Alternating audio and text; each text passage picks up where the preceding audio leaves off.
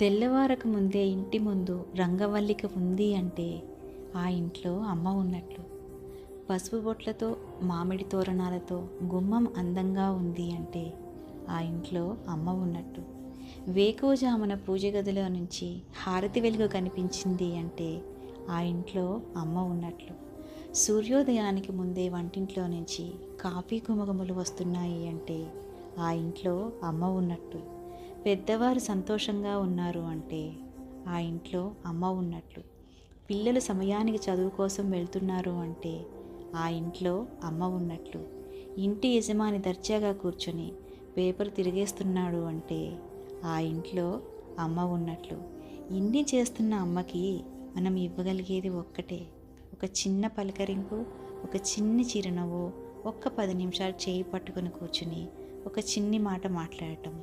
అవునా కాదా చెప్పండి?